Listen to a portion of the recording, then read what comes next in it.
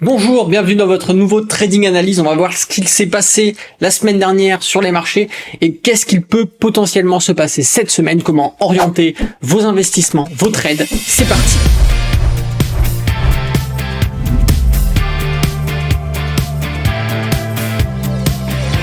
Bonjour à tous, c'est Alexandre de Trader Indépendant et aujourd'hui on va regarder ce qu'il se passe sur les marchés. C'est votre Trading Analyse, votre rendez-vous hebdomadaire. Alors je vous propose de commencer directement sur ce joli petit graphique que nous avons du CAC 40 où on remarque tout simplement qu'on a fait nos derniers plus hauts juste ici. Pourquoi dernier plus haut? Parce que regardez ce qui se passait, tout simplement on avait fait les derniers plus hauts ici sur décembre 2021, janvier 2022. On est reparti sur des nouveaux plus hauts en avril ici 2023. Et là, on est en train de revenir sur ces niveaux-là. Donc pas étonnant. C'est l'effet de ce qu'on appelle une résistance. Voilà, tout simplement, la résistance est là pour faire résister le prix. C'est pour ça qu'on appelle ça une résistance. Et donc, on a ici un mouvement de prix qui part à la baisse. Alors, rien de bien méchant, je sais qu'à chaque fois qu'on arrive sur des résistances, les gens disent ça y est, c'est le crack, ça arrive, etc. On a un effet de correction, c'est comme ça, au niveau des statistiques, on a plus de chances de rebondir sur une résistance que de la passer. Mais ici, il faut regarder les différents éléments que l'on va avoir. On est sur un niveau ici où le prix est en train de travailler, c'est les 7400 du CAC 40, qui joue rôle ici de support, et on a les prix, tout simplement qui viennent ici ranger, faire un range ici entre les 7000. Allez, on va arrondir aux 7500 plus haut, 7500 et jusqu'aux 7400. Donc ici, on a un range qui se forme sur lequel le prix vient respirer. Et ça, c'est tout à fait normal. Alors, pourquoi ce niveau est intéressant des 7400, excusez-moi, tout simplement parce qu'on a ici une ancienneté de travail sur cette zone-là. Attendez, je vais mettre bien le... Voilà, nickel. Et ici, ça travaille en résistance, support, résistance, résistance, résistance, résistance, résistance, passage, support. Donc on a les 7000, ici les 7400, qui jouent un rôle important. Donc pour moi, le CAC 40 se situe actuellement sur un support qui a une légitimité de par son historique sur le graphique, et on est en réalité contre des plus hauts qui se situent sur les 7650. On va mettre 7650, qui est un intermédiaire entre les 7700 et les 7600, et on va avoir également le travail du support situé sur les 7400. Avec des mèches qui sont allées chercher bien au-delà, qui sont allées chercher pratiquement l'intermédiaire des 7350. Mais étant donné que les clôtures se font majoritairement près de ce niveau de support, on va maintenir un range peut-être présent à l'intérieur. Donc là, vous vous rendez compte que signaux d'achat, intéressant de prendre ici, signaux de vente intéressant de prendre ici. Dans le cadre d'un trading, les swing traders vont s'amuser à faire ça. Ceux qui font de l'intraday, du day trading, du scalping vont chercher ces niveaux-là. Mais pour de l'investissement long terme, vous vous rendez bien compte que quand on est contre un niveau de support, ici l'intérêt, pourquoi pas aller acheter des ETF, quand on est contre un niveau de support. C'est toujours la meilleure chose à faire. On va partir sur le DAX qui présente à peu près la même similitude. On va avoir un niveau de travail qui se situe sur les 16600, 16400, excusez-moi, que j'arrive à l'attraper. Voilà. 16400. Voilà, tac. Et on va avoir ici une historique, résistance, résistance, résistance, transpercé, support, c'est comme ça que ça fonctionne, ça marche très bien, et là actuellement on est près d'une zone de résistance qui se situe sur les 17000, et on a du coup notre support des 16400, et donc on va réaliser en réalité un petit range très certainement sur ces niveaux là, et donc vous vous rendez bien compte qu'ici on peut également mettre en avant une droite de tendance, et au contact du bas de cette droite de tendance, on peut mettre ici, pourquoi pas, des achats. Encore une fois, je m'adresse aux traders, ceux qui vont venir faire des mouvements d'achat et de vente, ou alors aller chercher des niveaux plus hauts pour vendre. Et les investisseurs long terme, à chaque fois qu'on arrive sur des supports, vous savez, achat d'ETF, c'est la chose la plus intéressante à faire. Donc encore une fois, sur le marché européen, on va le voir ici sur l'Eurostoxx, on est assez similaire. On a fait des plus hauts, on est sur des résistances. Les gens prennent leur profit, ça fait baisser le marché, on est d'accord. Donc ce n'est pas le début d'un crack, ce n'est pas encore une fois, ça fait des années que je le dis sur ma chaîne, et ça, il faut bien que vous le compreniez. On n'est pas Madame Irma, on n'a pas une boule de cristal. Le crack, encore une fois, ça ne se prédit pas. C'est les gens qui décident par eux-mêmes de vendre, c'est une panique qui fait vendre massivement, c'est les algorithmes qui vont se mettre en marche, c'est les gens qui vont massivement vendre le marché va massivement baisser. On a beau avoir un contexte international, un contexte économique, politique qui peut parfois faire peur à certains, si la majorité des investisseurs n'en ont rien à foutre et achètent, le marché montera. C'est ça qu'il faut comprendre. Donc on est plus ici sur la compréhension de psychologie de foule des investisseurs que sur les éléments qui pourraient probablement faire baisser le marché. Et encore, quand on dit psychologie de foule des investisseurs, si vous avez 10 000 personnes qui investissent 100 euros et vous en avez 10 qui vont mettre plus d'1 milliard chacun sur la table, c'est ces 10 personnes-là qui feront décaler le marché et pas les 1000 personnes qui viennent faire chier le marché avec un petit peu d'argent. Ça, il faut le comprendre. Encore une fois, le marché bouge par ses intervenants, mais ce qui va faire bouger le marché au niveau des intervenants, c'est la puissance de l'investissement. Ok, si on a 1000 personnes qui déposent 100 euros et on a 10 personnes qui déposent chacun 1 milliard, c'est ces 10 personnes-là qui feront décaler le marché par rapport aux autres. Ok, ça il faut le comprendre.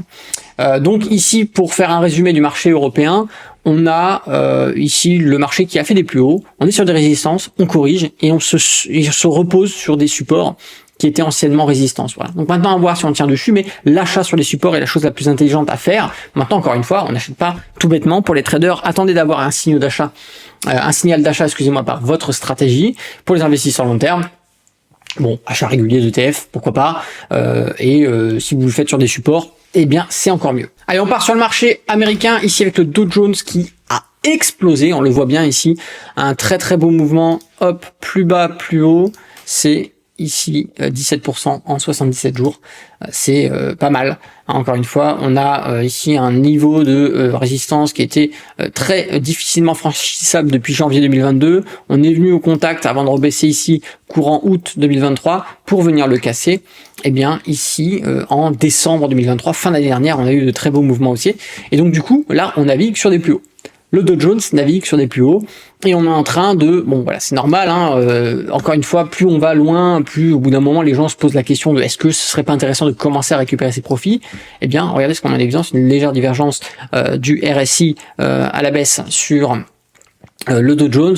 Donc effectivement, on pourrait s'attendre, pourquoi pas, à un moment donné, à un mouvement correctif sur cet actif, à voir ce que ça donnerait à l'arrivée du RSI sur la zone des 50. Ça se trouve, on peut avoir un beau rebond avec une cassure de cette droite de tendance qui viendrait annuler et reprendre une direction haussière sur l'actif. Donc ici, acheter le Dow Jones, c'est trop tard, il fallait l'acheter avant, bien évidemment, il y avait plusieurs signaux, il y avait plusieurs interprétations, on avait ici une belle divergence haussière, dont je vous avais déjà parlé dans des trading analyses, on avait déjà cassé les niveaux, je vous disais c'est hyper intéressant, etc., et ben ça n'a pas loupé, encore une fois, on a fait de très très beaux mouvements haussiers. Il faut savoir aussi ne pas prendre de trade ou d'investissement quand le train est déjà parti et qu'on a loupé l'opportunité. Si vous vous placez maintenant, vous achetez contre une résistance, vous achetez une divergence baissière, et donc ici en termes de probabilité, si le marché se casse la gueule, je vous dirais c'était logique. Okay, ici vous allez peut-être vous prendre une correction, vous allez prendre un mouvement baissier qui peut peut-être durer plusieurs jours, plusieurs semaines, voire pourquoi pas plusieurs mois si on rentre dans un range de doute et que les gens hésitent, etc. Donc là, le Dow Jones, le marché américain, je vous dirais acheter les indices. Pour l'instant, c'est un peu douteux. Pour du swing trading, de l'investissement long terme, on sera patient, on évitera d'acheter. On attendra à la limite un signal de vente pour les traders. Et pour ceux qui font de l'intraday, du day trading, ça change rien, on s'en fout, on s'adaptera à ce qui se passe au jour le jour. Même si on est majoritairement baissier ou si on a des signaux de baisse qui sont en train de se faire voir sur l'indice du Dow Jones, on peut très bien en intraday ou en scalping faire des achats parce que chaque journée est différente. Ça, il faut le comprendre. On va partir sur le Nasdaq qui présente à peu près une même configuration. On a cassé les derniers plus hauts. Vous voyez, on avait ici des plus hauts qui étaient difficilement franchissables, on a cassé une droite de tendance, on a reparti à la hausse, et là ce qui se passe c'est qu'on arrive sur un niveau de résistance qu'on avait touché ici en décembre 2021, hop, et regardez ce qui se passe, on est sur ces niveaux là. Donc là on est contre une résistance sur tout simplement Nasdaq, on est près d'un niveau de prix des 17 000 également, vous voyez, donc ici c'est un niveau de prix qui joue rôle de résistance, donc on accumule le niveau de résistance technique, résistance de par le prix, et on va avoir également ici un RSI qui flanche un petit peu, mais qui va rebaisser ici. Donc là, il va falloir tout simplement, encore une fois, comme pour le Dow Jones, les swing traders, les investisseurs long terme, on fait pas d'achat ici. Alors, on attend un petit peu, on patiente, on attend de nouveaux éléments techniques qui vont rassurer tout simplement la prise de position. À la limite, pour les swing traders, si jamais on a un signal de vente, bon bah il y a moyen que ce soit intéressant de le prendre parce qu'on prendra une vente sur une résistance. Pour ceux qui font du day trading d'intraday, on adaptera encore une fois au jour le jour de ce qui se passe, même si en termes de probabilité, je pense qu'on aura peut-être des séances où on réussira majoritairement des trades à la baisse plutôt que des trades haussiers, mais on peut être surpris, encore une fois, on s'adapte à la journée. On va partir sur le dernier indice américain, ensuite on ira voir le Bitcoin. Tout simplement, le SP500, c'est exactement la même chose. Voilà, c'est exactement la même chose que ce que je viens de vous dire pour le Nasdaq. On avait le dernier plus haut ici sur décembre 2021, on retrouve ce niveau de résistance. Ok. Donc là, encore une fois, on est sur les marchés US contre des résistances, sur le marché européen contre des résistances. Donc prudence, voilà, sur les achats. Même si marché européen, la résistance nous a déjà renvoyé à la baisse et nous fait stabiliser sur des niveaux de support où on peut acheter un petit peu des ETF, pourquoi pas. Mais attention, prudence, on n'est pas agressif sur les achats parce qu'on est bien haut, on est sur des supports, mais des supports qui se situent bien au-delà des derniers plus hauts qu'on a pu faire. Donc prudence. Le Bitcoin, lui, le Bitcoin va tout simplement ranger. Voilà, je vous avais mis les différents niveaux ici sur lesquels on avait l'habitude de travailler. Rappelez-vous, on a cassé le niveau des 30 000. Voilà, c'était l'engouement. On est reparti chercher les 38 000, les 40 000. Et là, cette fois-ci, c'est le support des 45 000, la résistance des 45 000 qu'on a réintégré. D'accord, on est venu chercher un pic pratiquement proche des 50 000. Ce n'a pas été le cas en termes de prix. On n'est vraiment pas allé sur les 50 000. Ça va être au niveau des clôtures. On regarde, c'est plutôt les 48 000 qui ont eu une influence ici. Ok. Tout simplement, ça nous a renvoyé à la baisse. Ça nous a même pas fait travailler le niveau des 45 000, qui était anciennement résistance et qui aurait normalement dû devenir support. Ok. Supporter le prix.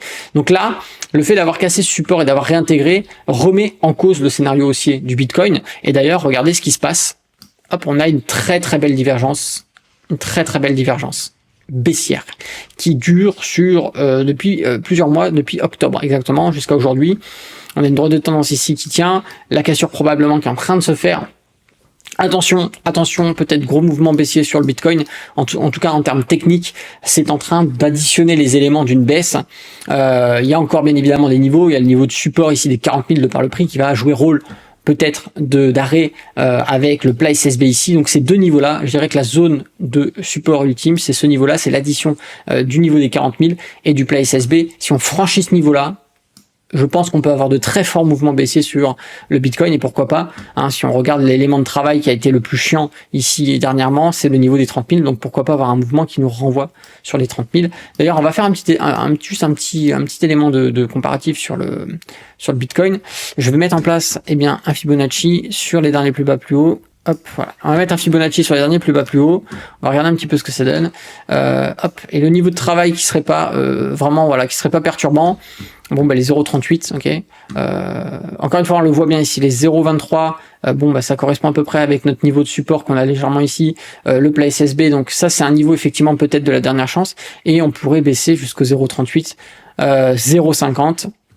0,61, vous voyez, 0,50, 0,61, on est proche du niveau des 30 000 qui jouait rôle de résistance, qui nous a ici maintenu les prix du Bitcoin sur plusieurs mois sur ce niveau-là. Donc un retour sur les 30 000 en termes de Fibonacci, ce serait pas extrapolé, ce serait quelque chose qui pourrait se passer, qui serait cohérent, en tout cas en termes de niveau de travail sur lesquels on pourrait aller. Donc attention au Bitcoin, fallait acheter sur les supports. Encore une fois, maintenant c'est trop tard d'acheter. Je sais que la majorité des gens qui achètent du Bitcoin le font en ce moment, c'est une connerie. Encore une fois, vous faites tout ce qu'il faut pas faire. Vous achetez quand c'est cher, vous vendez quand ça se casse la gueule parce que vous avez peur.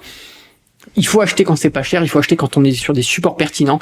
Et il faut conserver si vous faites de l'investissement long terme, que vous voulez vraiment croire au Bitcoin pendant des années, ou si vous êtes plutôt sur la réalisation d'une plus-value rapide, il faut revendre sur les niveaux de résistance, il faut pas avoir peur, encore une fois.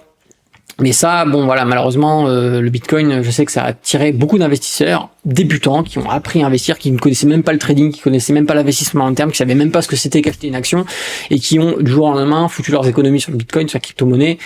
C'est bien, ça fait découvrir l'investissement, mais par contre, ces gens-là font majoritairement des erreurs qui leur coûtent des sous et malheureusement, si vous êtes dans une optique de vous enrichir, de mettre de vos compétences au service de la réalisation d'une plus-value, de faire des gains sur les marchés, il faut impérativement professionnaliser vos interventions et arrêter de faire du jeu de la chance, etc. Oui, vous trouverez toujours des gens qui vont investir sur la bonne crypto, qui vont faire fois 15 000 qui vont faire plus 15 000%. Mais encore une fois, ces gens-là vont investir comme s'ils achetaient un ticket de loto d'euro million. Vous aurez toujours des gagnants sur des trucs de loterie, vous aurez toujours des gagnants qui vont faire de la spéculation et qui vont avoir un coup de chance, mais la majorité vont perdre de l'argent parce qu'ils vont, voilà, si vous intervenez en laissant le hasard faire les choses, vous allez avoir de mauvaises surprises. Donc il faut vraiment avoir un plan réfléchi, une visualisation de ce que vous voulez faire, des résultats que vous voulez obtenir, mettre un plan pour y arriver et tenir la route sur vos investissements. C'était la petite parenthèse pédagogie du professeur, mais voilà, je voulais vraiment vous faire une piqûre de rappel sur la chose. Si cette vidéo vous a plu, n'oubliez pas de mettre un petit pouce. Si vous n'êtes pas abonné à la chaîne YouTube, abonnez-vous, activez la cloche, c'est hyper important. Et laissez-moi un petit commentaire sympa sous cette vidéo, j'aime bien lire un petit peu ce que vous en pensez, pourquoi pas, et également compléter mon analyse si vous avez découvert quelque chose d'intéressant, un indice, pourquoi pas, exotique, ou compléter ce que je viens de dire dans cette vidéo, ou faire savoir exactement les investissements que vous avez en ce moment, voilà, pourquoi pas. Si vous avez acheté des actions récemment, n'hésitez pas à le faire savoir et à partager ça à la communauté. C'était Alexandre de Trader Indépendant, moi je vous dis à bientôt dans une prochaine vidéo, et d'ici là, tradez bien sur les marchés financiers. Ciao.